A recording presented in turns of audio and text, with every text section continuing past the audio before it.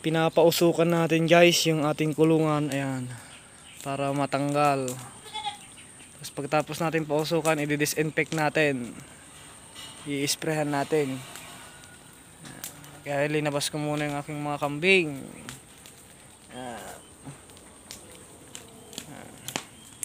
Yung mga damo na hindi nila kinain, pinausukan ko kasi maraming lamok dito, kasi basurahan to, ay ilog ito. Ayan, ilog yan guys. Tsaka maraming kawayan, kaya may posibilidad na marami talagang lamok dito. At tsaka marami talagang lamok dito sa gabi, kaya kawawa yung kambing natin. Kaya nga nag-i-spray ako ng baygon gabi-gabi.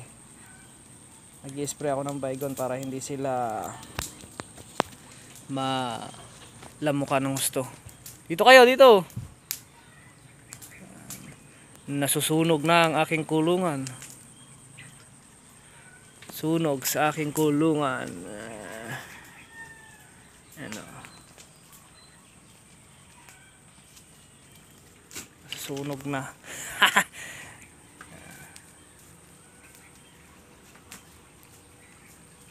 Check natin yung loob guys. Yung kambing natin quality. Ikaw, huwag ka muna pumasok dyan, oy. Mausok dyan. Ayan o. Mausok ang ating kulungan. Dito ka, dito. Ano yung kambing natin, oh.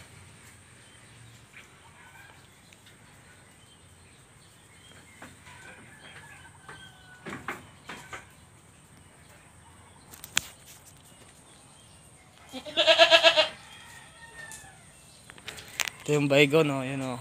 Baka sabihin nyo binubulatis ko kayo, nag-i-spray talaga ako ng baygon.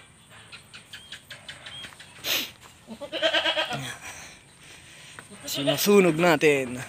Hindi sinusunog. Joke lang yun. Ano natin, pinapausukan para matanggalan lamok.